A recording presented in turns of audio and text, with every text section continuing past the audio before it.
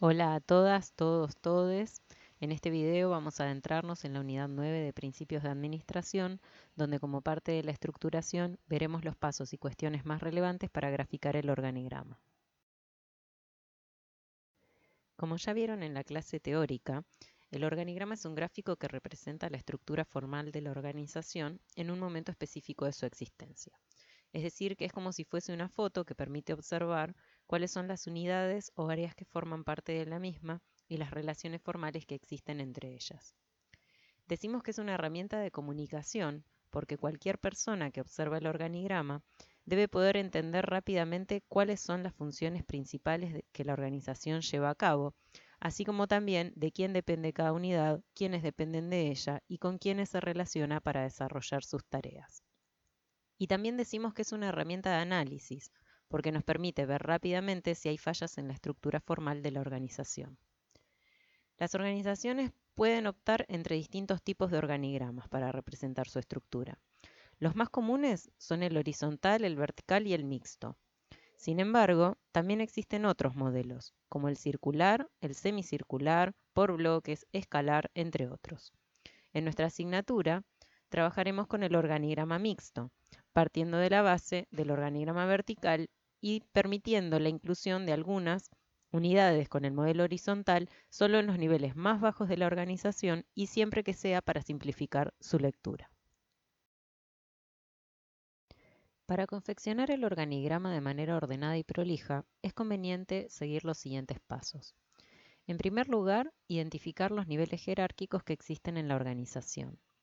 En segundo lugar, reconocer cuáles son las áreas que existen en la organización y con cuáles se relaciona jerárquicamente cada una, es decir, cuáles son las relaciones de autoridad de línea. En tercer lugar, identificar si existen asesores en la organización para poder ubicar las relaciones del personal de staff.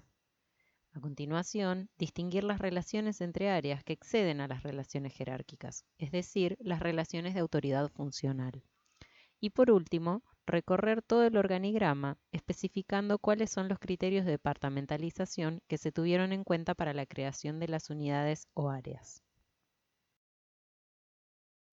Como decíamos antes, el primer paso para graficar el organigrama es identificar cuáles son los niveles jerárquicos que existen en la organización. Para eso, trazamos líneas punteadas e indicamos el nombre de cada nivel en alguno de los lados del diagrama, ya sea a la izquierda o a la derecha. Habitualmente, los niveles con los que trabajamos se llaman gerencia general, gerencias, departamentos, divisiones y secciones. Sin embargo, es importante aclarar que en algunas organizaciones pueden no estar todos los niveles, pueden incluirse otros adicionales o se pueden llamar diferente. Por ejemplo, en el Estado no existen gerencias. En la mayor parte de las organizaciones de la sociedad civil, el órgano de mayor jerarquía es la Asamblea de Asociados, y muchas veces hay áreas o coordinaciones en otros casos. Un ejemplo de niveles adicionales podría ser el de las subgerencias. En este caso, se ubicarían entre las gerencias y los departamentos. Es un nivel distinto de los anteriores que debe ser tenido en cuenta en caso de que la organización así lo defina. Por supuesto que si la organización no define para su estructura alguno de estos niveles, entonces no debemos incluirlos en el organigrama. El segundo paso para graficar el organigrama es reconocer cuáles son las unidades o áreas que existen en la organización y sus relaciones de autoridad de línea, o sea, las de supervisor y supervisado, para luego poder ubicarlas en el diagrama, siempre comenzando de arriba hacia abajo y buscando que exista simetría en el gráfico.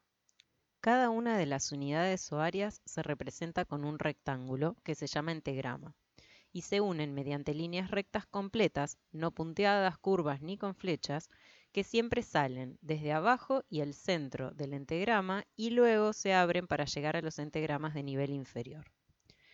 Acá será siempre importante tener en cuenta cuántas áreas dependen de cada unidad para poder ubicarlas de manera equidistante entre sí y respecto del entagrama del que dependen.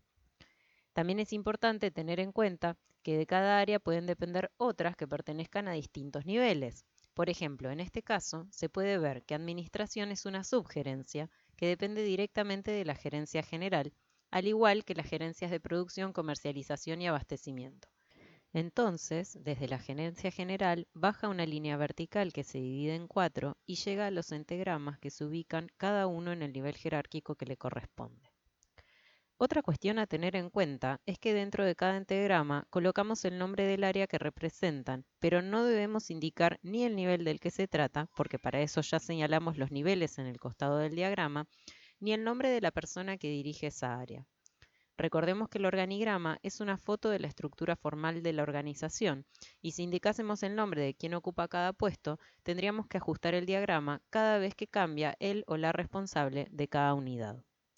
En este organigrama, por ejemplo, las unidades de nivel inferior, para aprovechar el espacio y facilitar la comprensión del diagrama, las graficamos siguiendo el modelo horizontal. Es decir, que ubicamos las unidades de amasado, armado y cocción una debajo de la otra. En este caso, la línea que sale desde la unidad superior, por ejemplo empanadas, sale desde abajo al medio, se dirige levemente hacia la izquierda y luego baja para relacionar cada área entrando por el medio de su lado izquierdo. Una vez que ya hemos graficado las relaciones de autoridad de línea, debemos identificar el personal de staff, que son asesores internos o externos que acompañan, apoyan, dan soporte a una o más áreas dentro de la organización. Cuando el asesor es interno de la organización, se coloca debajo del área a la que da soporte, con una línea punteada que sale desde la línea vertical de autoridad formal. Se puede colocar a la izquierda o a la derecha. Por ejemplo, la organización puede haber contratado como parte de su personal a un o una especialista en ingeniería en alimentos para que asesore respecto de los procesos de producción. Cuando el asesor es externo, es decir, que no forma parte de la organización, se coloca al lado del área a la que da soporte, también con una línea punteada y también se puede colocar a la izquierda o a la derecha. Por ejemplo, la gerencia general puede requerir del asesoramiento de un estudio jurídico independiente para cuestiones legales varias de la organización. A continuación, identificamos y graficamos las relaciones de autoridad funcional, que son aquellas en las cuales un área de la organización tiene autoridad sobre otra que no depende jerárquicamente de ella y es solamente para cuestiones específicas. Estas relaciones se grafican con líneas diagonales y punteadas. Por ejemplo, comercialización tiene autoridad funcional sobre fabricación para definir qué cantidades de cada producto se deben producir para hacer frente a la demanda semanal. Y también sobre compras, para especificar la materia prima e insumos necesarios para cumplir con esa demanda. Existen distintas formas en las que podemos encontrar estas relaciones en el texto de un caso o cuando hacemos entrevistas para relevar la estructura de una organización. Por ejemplo, se podría indicar que el departamento de fabricación define las cantidades de pizzas y empanadas a fabricar en función de lo que la gerencia de comercialización le indica. Otro ejemplo podría ser que comercialización establece las cantidades de materia prima e insumos que compras debe adquirir para cubrir la demanda.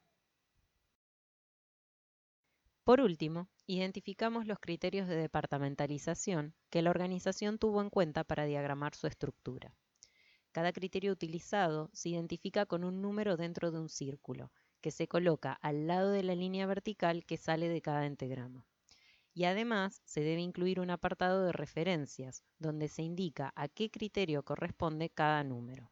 Tenemos que tener en cuenta que no todas las organizaciones utilizan necesariamente todos los criterios de departamentalización, por lo que cada organigrama deberá incluir únicamente aquellos que se utilizan. En este caso, por ejemplo, en el primer nivel encontramos el criterio funcional, que aplica a las gerencias de producción, comercialización y abastecimiento y también a la subgerencia de administración. Por lo tanto, colocamos el número 1 debajo de la gerencia general y lo indicamos en las referencias, así sabemos que ese criterio aplica a las 4 unidades que dependen de ella. El mismo criterio de departamentalización utilizan la gerencia de producción, que se divide en control de calidad y fabricación, y la gerencia de abastecimiento, que se divide en compras y control de proveedores. Por su parte, la gerencia de comercialización, que se divide en venta mayorista y minorista, considera el grupo de clientes al que atiende cada área. Y a su vez, Venta minorista atiende distintos territorios o ubicaciones geográficas que son, en este caso, Mar del Plata y Batán. Fabricación se divide en dos productos diferentes, pizzas y empanadas, por lo que adopta ese criterio de departamentalización. Y luego, en las secciones de cada una, se observan nuevamente funciones diferentes, amasado, armado y cocción. Con esto, nuestro organigrama ya queda completo.